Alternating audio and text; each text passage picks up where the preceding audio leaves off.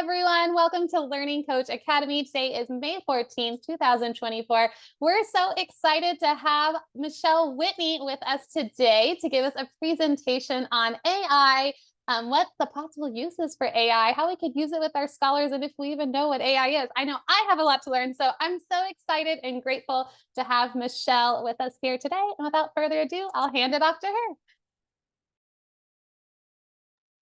Okay, hi. So I'm so excited to be here with you guys today. I don't know if you guys see me before. I'm often in the background because I love to just listen in and see what everyone's learning. But I get to present today, so I'm super excited. We are presenting, before I do that, let's do our mission and vision statement. Our mission is to inspire and develop innovative, creative, self-directed learners, one scholar at a time.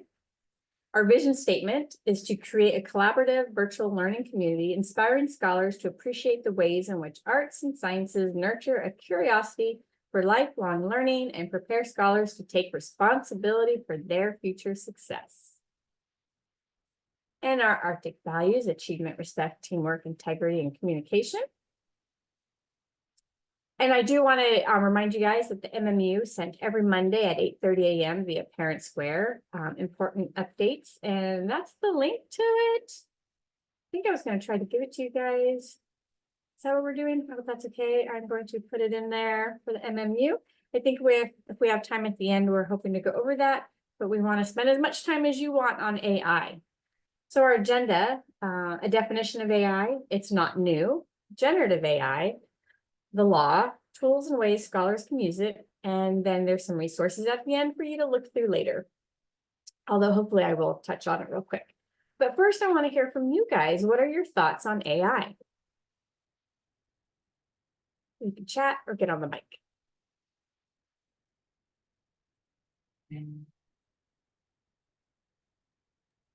And you could not even know. I remember this time last year, I had no idea. I was seeing stuff come in, was totally ignoring it. But once I started learning about it, I was hooked and excited.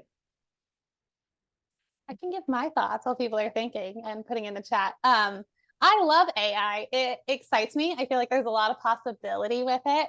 It also scares me with how good it can be sometimes and like what the potential is. I do have some concerns with AI, but overall I'm excited to use it and see how we can use it with our scholars and how we as learning coaches can use it. We have some great tools out there too that I'm sure you're going to go over, but like how we can make our teaching stronger makes me really excited for AI. All right, so this is my favorite kind of audience because I'm going to share information with you. So first of all, AI is artificial intelligence, is the theory and development of computer systems capable of performing tasks that historically required human intelligence, such as recognizing speech, making decisions, and identifying patterns. AI is an umbrella term that encompasses a wide variety of technologies, including machine learning, deep learning, and natural language processing, which is kind of over our head. But that is a definition of it, and we're going to get more into details about it. So first of all, I remember when I was learning about AI, because I'm sure you've all heard of ChatGPT. I thought that was the beginning of AI, and I started learning that it's not new, actually, right? So autocomplete in text messages, suggestions by Amazon or Netflix, routes to places in map apps, spell check in Grammarly, Siri, Alexa, Google Home. I was just waiting because I have one of those in the background. They usually respond.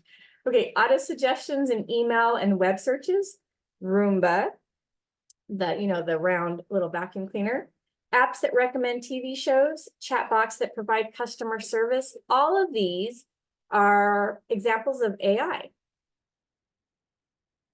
So what is generative AI? Okay, also referred to as Gen AI, allows users to input a variety of prompts to generate new content, such as text, images, videos, sounds, code, 3D designs, and other media. It learns and is trained on documents and artifacts that already exist online. So my next question is, have you tried an AI tool or heard of an AI tool? But I'm kind of guessing with the last response that would be a no. Does Christina want to share any that she's tried?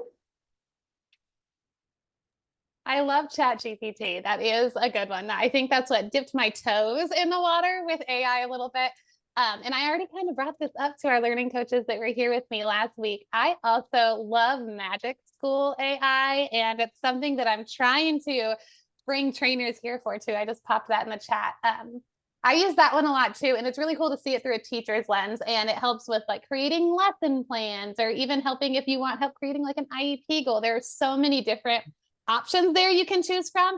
They have a lot of training opportunities on there too, but I just love looking. I haven't used it fully. I just kind of poke around, but there's so much, it can be overwhelming. When you first get on there, I'm like, I don't know. You can create newsletters and flyers. And like I said, there's ways to help you write better emails. There's a lot on there. So I like that one. Magic School AI is totally on my wish list. Maybe that'll be my summer project, because I always like to do something in the summer. Does Deborah, did you have any that you've tried? Because it sounds like you might have.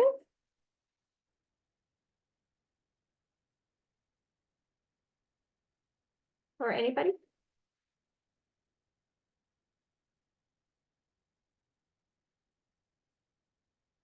Okay, well, let's see. Let me tell you about some of the generative AIs. And you got to know this is new. So things are moving fast and new stuff is coming along all the time. But there's text generators. Some examples would be Bard, Bing Chat, and Cloud. There's image generators. Some examples would be DALL-E and Midjourney. There's voice generators. Some examples would be Volley and 11 Labs. There's music generators. An example of that is Music LM. And there's video generators. An example of that is Runway. And ChatGPT it's only one tool, and it is the first to public and the fastest to reach 1 million users in the history of the internet. So that is really interesting if you see all the different apps out there that you think are really popular that this one beat. So it's kind of cool. It's interesting stuff. And how many of you remember Plinko from Price is Right? Anybody? My grandma loved this show. It was always on when I used to go to her house. Anywho, if you put the puck, like see where she is, if you put the puck at the eye, every time you put it at the eye, it's going to kind of trickle down and end up in a different spot. So generative AI is similar. You can ask the same question, and each time you'll get something different. It could be extremely similar, but it'll be different each time. That's one thing that's interesting about AI. And is generative AI reliable? Okay, so it's trained on tons and tons and tons of data. ChatGPT for a minute stopped collecting data, but now is collecting live online data again. But if AI does not know the answer, it does not say, I don't know. It does not say IDK. It will have a hallucination and it'll act like it knows what it's talking about. So you do want to vet anything you get from AI. So for example, they tell teachers, use AI to help you create lesson plans, but you want to vet it. So if you use AI for something you know nothing about, definitely get a second opinion to vet it. It can have biases because of the data set. So what I heard was, and I hope I don't offend anybody, but if you ask AI to give you a picture of a teacher or a cop, it'll most likely give you a picture of a white teacher or a white cop. However, when I gave this session to the teachers about a month or so ago, I did try it myself, and I can't remember which one was which. One of them did produce all white, and the other one did not. So it is getting better, but you do need to keep that in mind. It can have biases based on the data set. In law, many generative AI platforms and tools require parental consent for users 13 to 18. There are a lot of copyright issues going on right now because it's taking music, it's taking voices, it's taking pictures. And really important, do not enter personally identifiable information, PII, ever. I know we all have heard, don't put stuff on the internet that you don't want because you can't erase it. But because I don't like paraphrasing, I'm going to read to you real quick. I asked ChatGPT about this, and it says ChatGPT are trained on vast amounts of text data. And while they don't store specific user inputs, they can potentially memorize and replicate personal information if it's provided. This could lead to inadvertent disclosure of sensitive details and compromise your privacy. So even more important than the internet, don't give your first and last name, don't give your social security, don't give anything, your address, nothing like that to AI. All right. So have you ever heard of scholars using AI? And if so, which tools?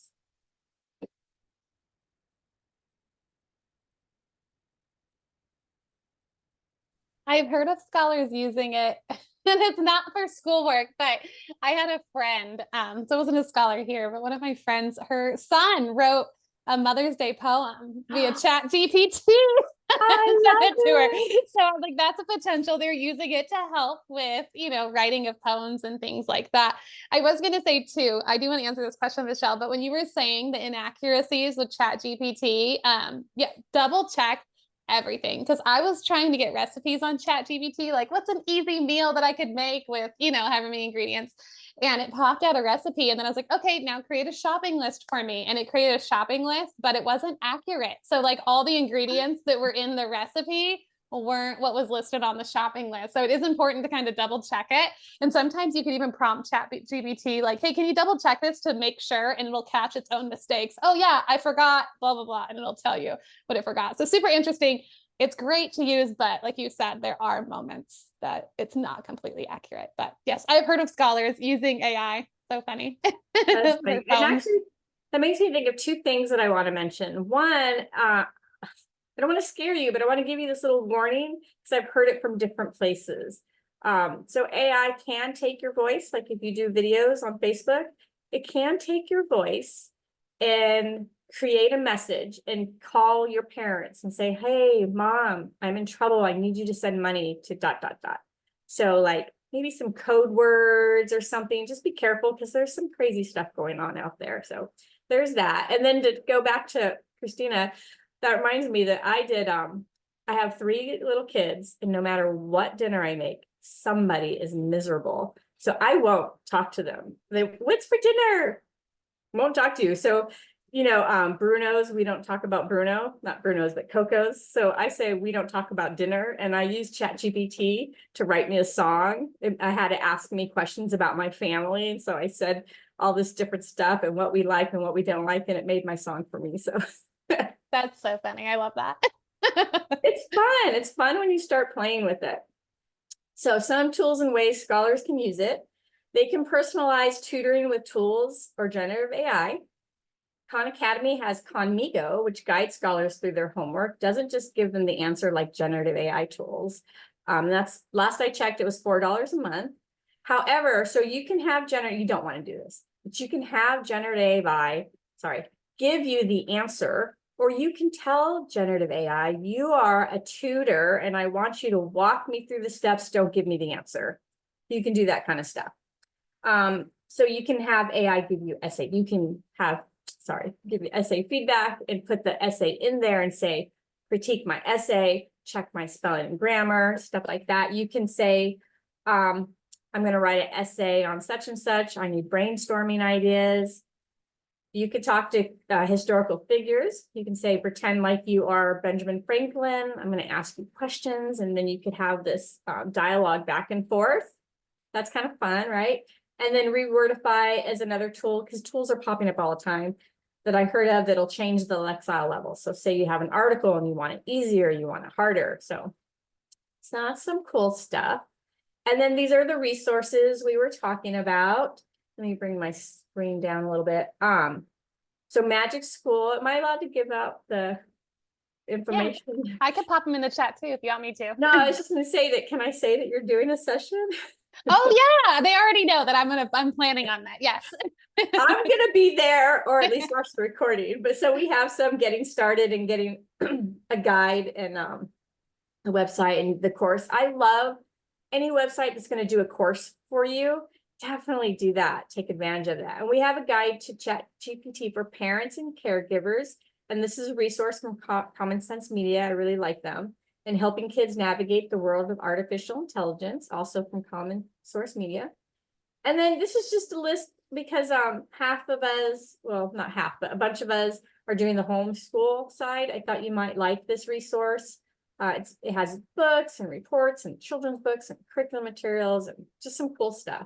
And then Matt Miller from Ditch That Textbook. oops, I didn't mean to put webinar on AI sites, but he has an article that has 6 ways to prepare students for an AI future. So kind of some fun stuff to share with you. But that is it for my presentation. So unless you have any questions for me, I'm going to pass it along.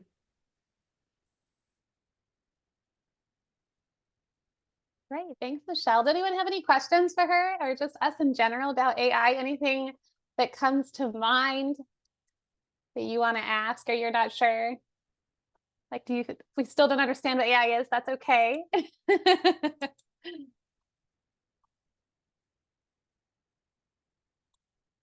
I guess my next question would be, is anyone going to try AI after this session?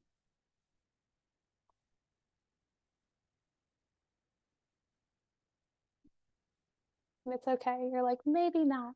It's fun. Once you get started, it is a rabbit hole for sure to get into. Well, thank you so much, Michelle, for going over that with us. It was a pleasure having you with us today. I'm going to go ahead and share my screen. Yes, Rosalinda, definitely research it further and take a look into all the stuff that there is for AI. There's even stuff to decorate your home in AI. I've seen that, where you could like take a picture of your home and then it'll put furniture in there for you. If you're looking at like new home listings, you'll also see that they use a lot of AI to decorate the houses, to stage them. So it's no longer real furniture. Like if you look with a close eye, you can see that it's been staged with AI too. So there's AI all around us. It's definitely up and coming. Great. So make sure everyone can see my screen. Michelle, are we good? Can you see the MMU on my screen? Okay, so I'm going to go ahead and stop the recording for everyone that is watching us at a later time. Thanks so much for joining us on this AI journey, and we will see you all next week.